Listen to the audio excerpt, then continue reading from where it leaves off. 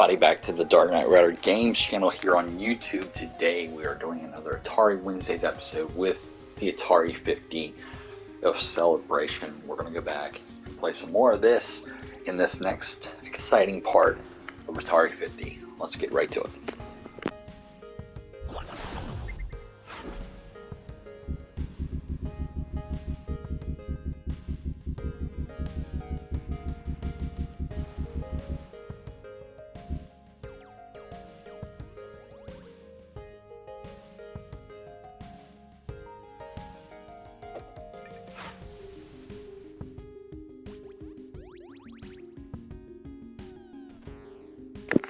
So now we are in the birth of the console, 1977.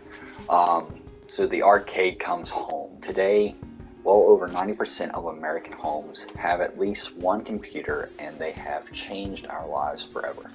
For millions, the first computer in their home was an Atari video computer system.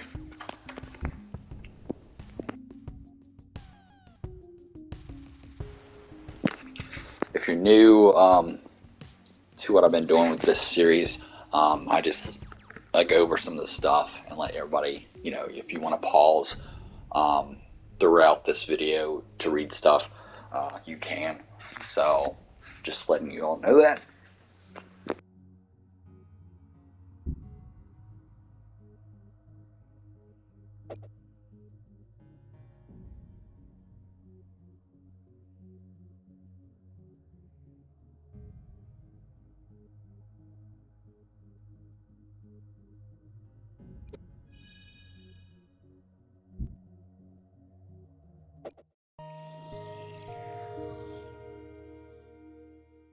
On the simplest level, what the VCS, the Atari 2600, what that is, it's a combination of plastic and computer chips that enables you to play a video game, an interactive video game on your home television, which is something that never really happened before.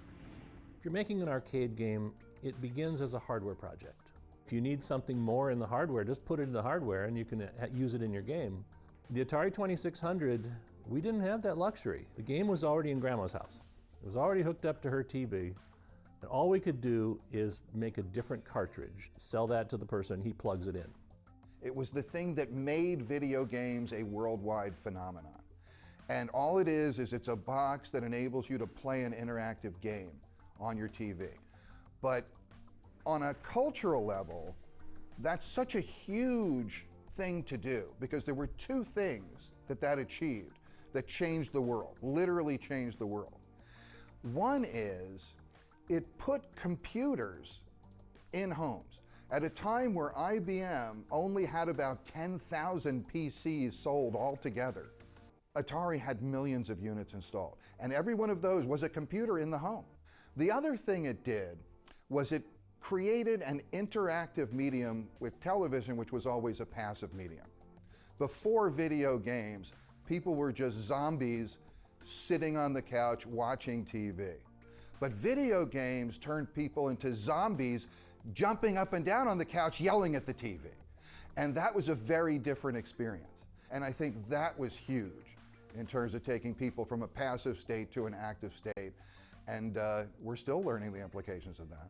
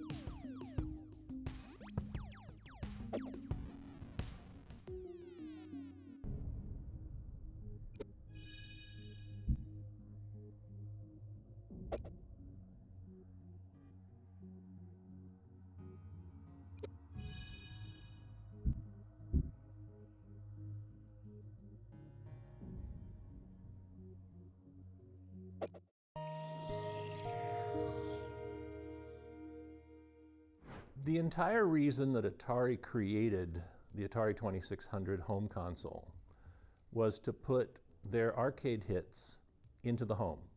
If we can sell home versions of our arcade hit games into the home, we can sell millions of them instead of just take quarters from the thousands of people who go to arcades. And so the hardware was designed to make it possible to play Tank and Pong. That's about all that they did in the hardware. So the distinction is this. CoinUp gets to use more expensive hardware. They get to use tons and tons of hardware, and they get to refresh their hardware all the time. I had played an outlaw-like game in the arcade. I think it was Midway.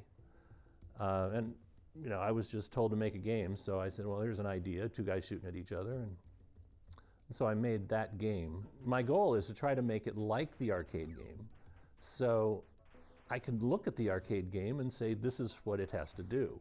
So there really wasn't any need for me to have communication with the arcade guys. I'm particularly proud of the Atari 2600 Canyon Bomber because it also has the Atari arcade game Depth Charge in it. So it turns out that in a 2KB Atari 2600 cartridge, I simulated both Canyon Bomber and Depth Charge, which were probably $3,000 arcade game hardware. When I was young, when I was little, I remember there was this drugstore, and in their comic book rack, they had these abridged versions of great literature. You'd read it, and it was the whole story of Treasure Island. War and Peace, a comic book. But that whole notion of an abridged version, that is what was going to happen. When I did Donkey Kong, I had, not surprisingly, absolutely no contact with Nintendo. Coleco was able to get me a machine.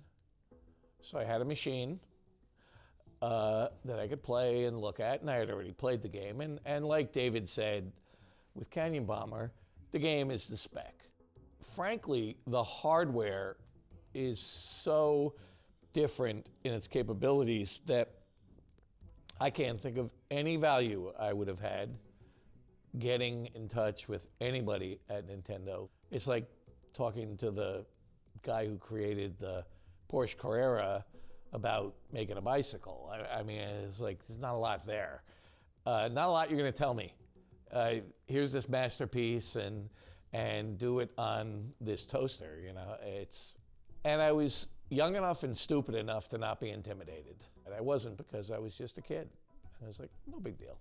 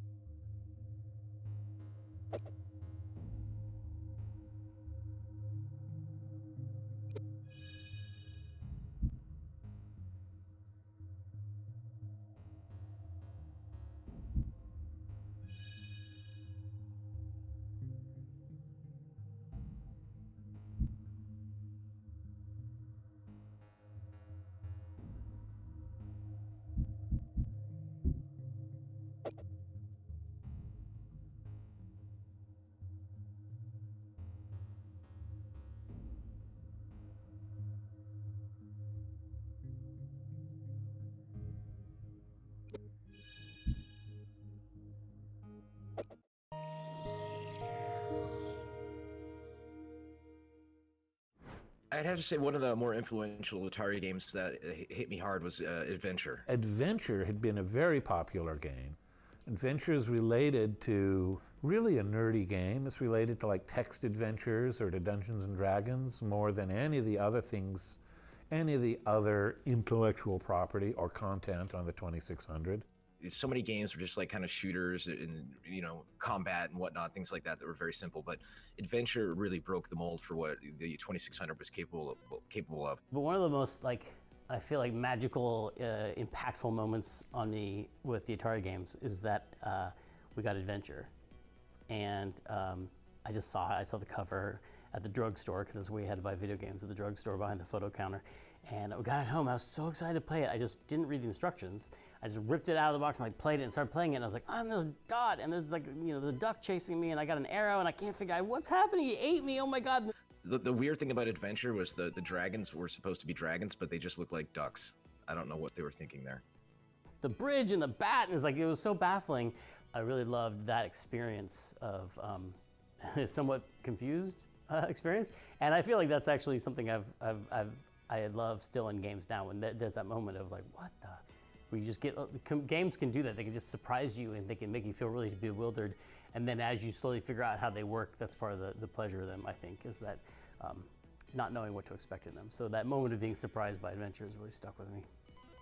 Another thing I like about Adventure that I try to incorporate is that feeling that the game is really alive. The characters who are in that world live even when you're not looking at them on the screen. Like when the dragon or the bat flies on the screen in Adventure, you feel like it's been on a journey. It's been somewhere. Oh, the bat went over and it stole the shield. It stole the sword, and now it's in the room. Like you don't feel like it was just spawned in that room. It's been in another room doing bat adventures. And what it provided for me was a sense of mystery and exploration that would later influence the 2D adventure games that I would make that would help launch my career.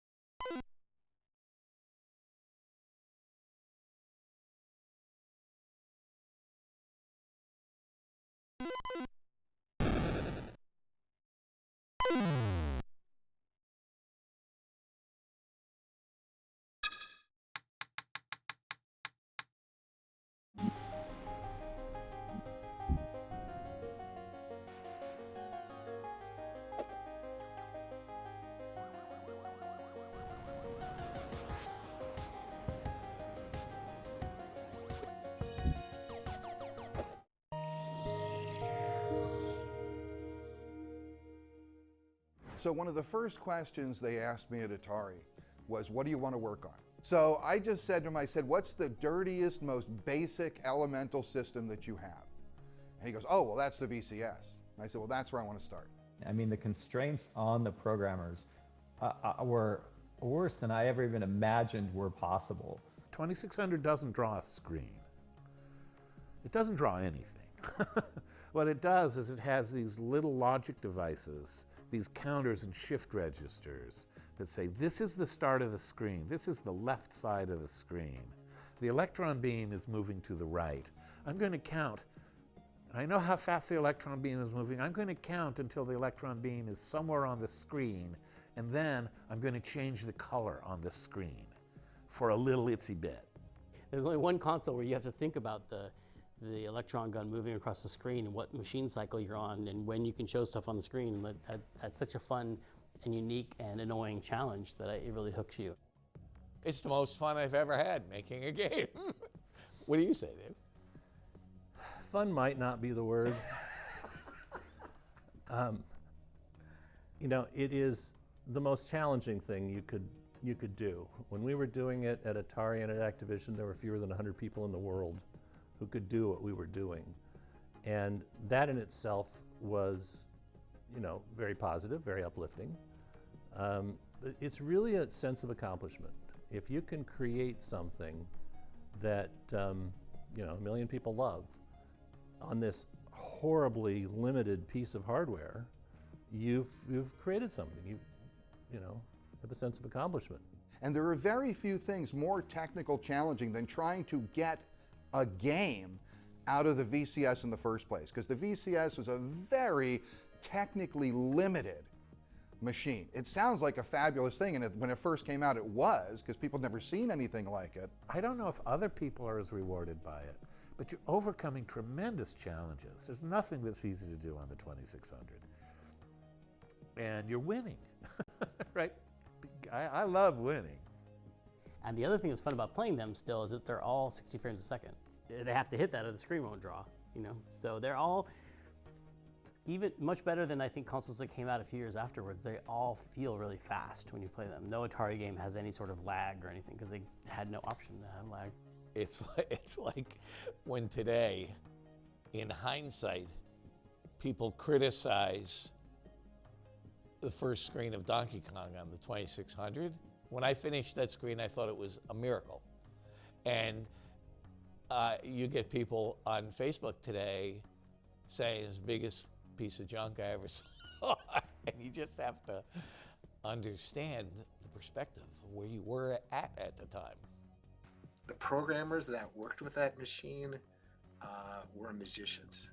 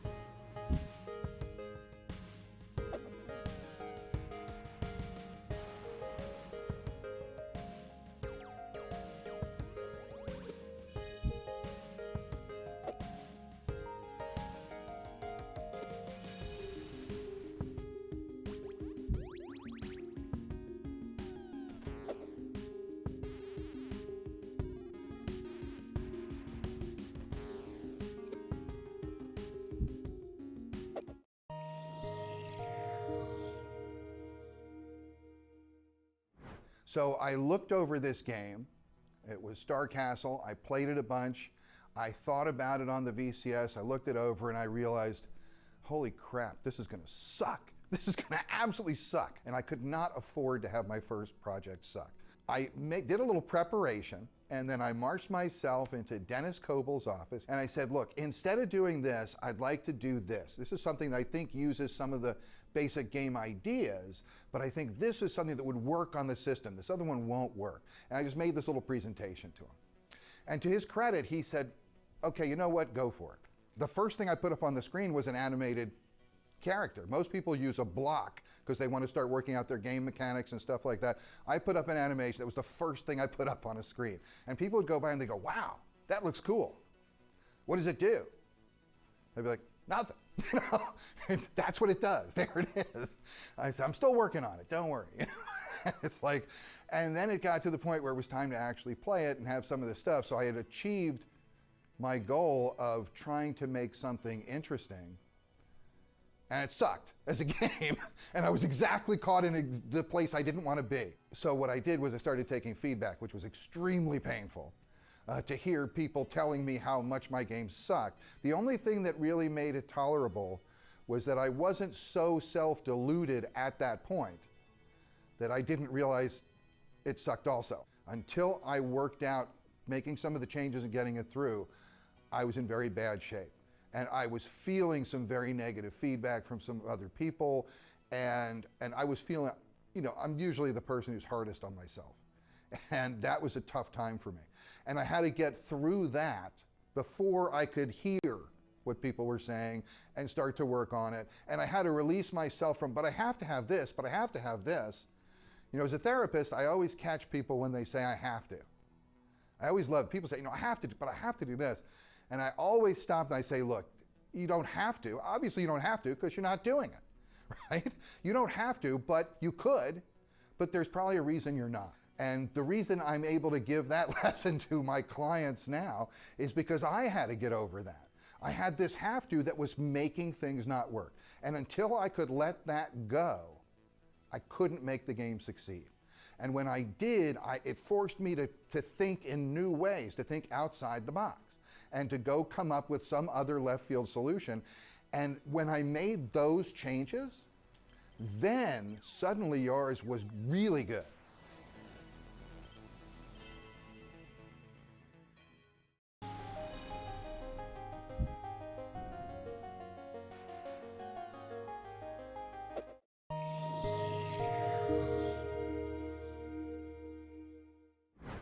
One of the product managers came by who was responsible for this product, and he goes, hey, well, we're working on naming your game. And I said, can I make a submission? Can I submit a name? And he goes, sure, why not? I said, okay, I tell you what, come by here tomorrow morning. I said, you guys won't have it settled by tomorrow, will you? He goes, no. I said, come by tomorrow morning, I will have something for you. I will have a submission for you. So now I know what I'm doing for the rest of the evening.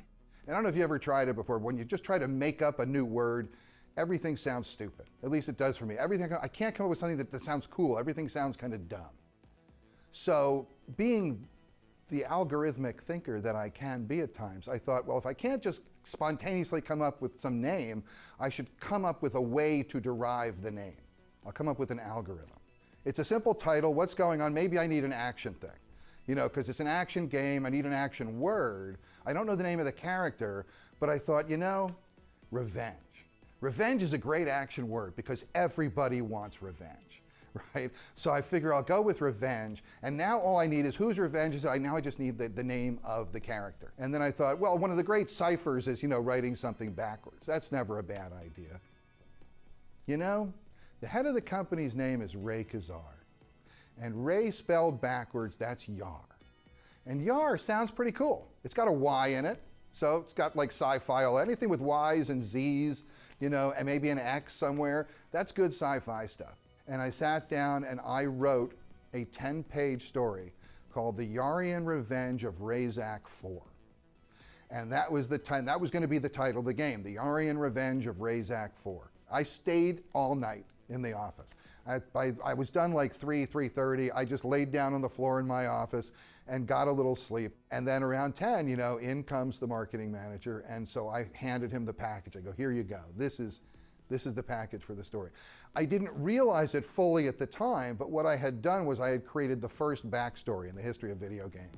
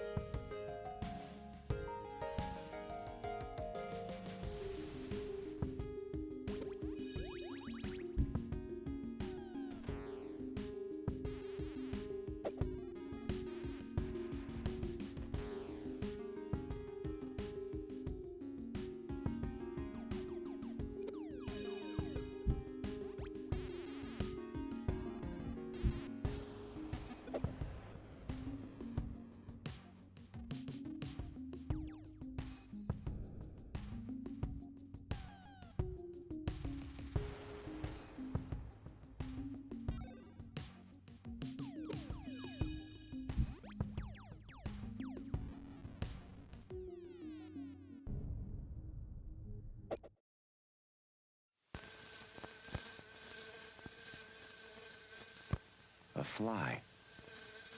I'll have a mutant fly. Hello, Yar. You'll need some protection. Ion zone. Shift chroma. Intensify. Okay, now you'll need some weapons. You have a formidable enemy. The Kotile. Watch it, Yar. He has a lethal drone. And some other tricks up his sleeve. Spiral. Go. Good move, Yar. Now I have a surprise for you. A Zorlon cannon. Use it, Yar. Fire again. Got him. That's revenge. Yar's revenge. A video game. Yeah, this can be fun. This can be a lot of fun. Like asteroids. Get him. Do it. Beautiful. Watch it. Disintegrate. Now let's go into deeper space. Galactic map. Sector 11. Hyperspace. Sights in. Cylon warships, attack. Steady, stand by, photons. Star Raiders. That's it, Star Raiders. That'll keep them on their toes. Let's see what we can come up with next. We're Atari. We have the vision, and we invented the technology to bring the excitement home to you.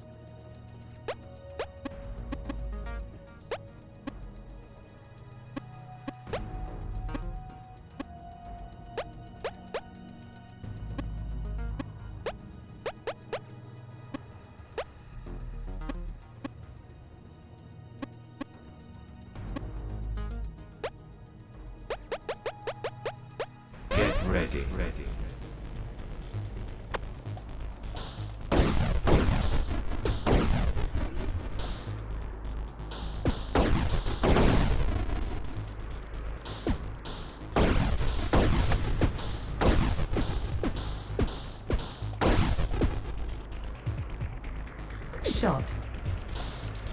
Speed.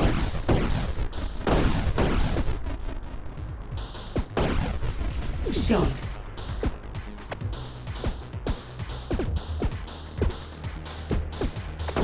Rocket. Health.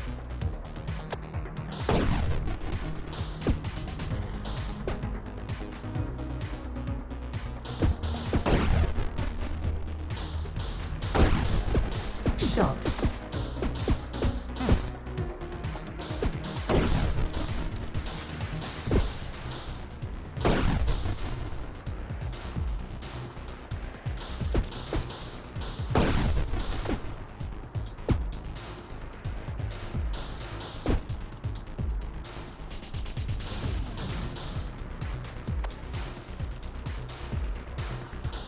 Laser.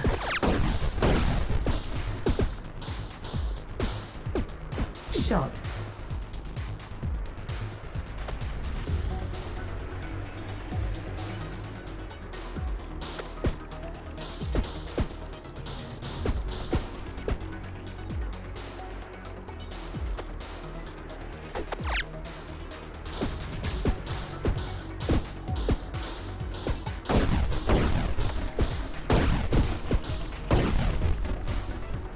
Health.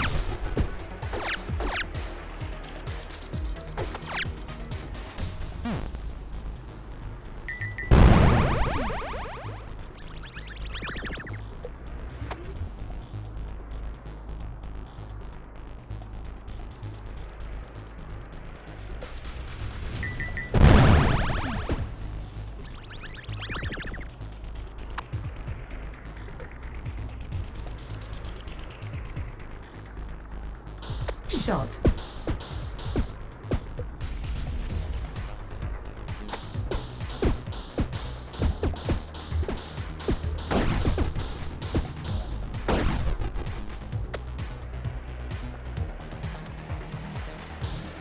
Shot. Laser. Shot.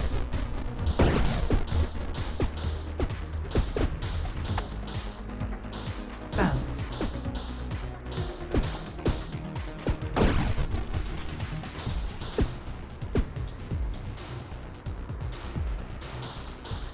Rocket.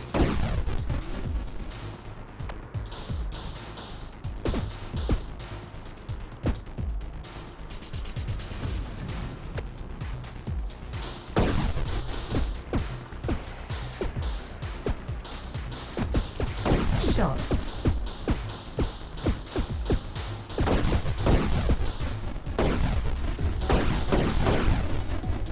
Shot.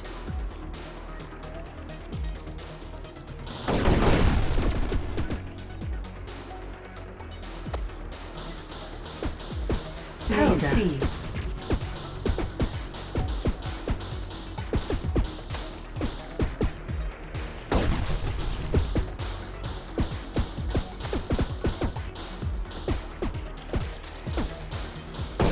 Speed.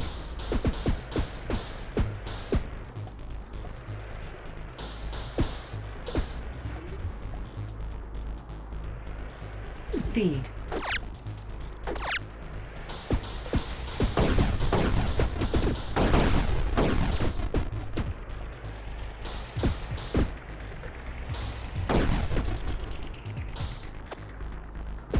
Rocket.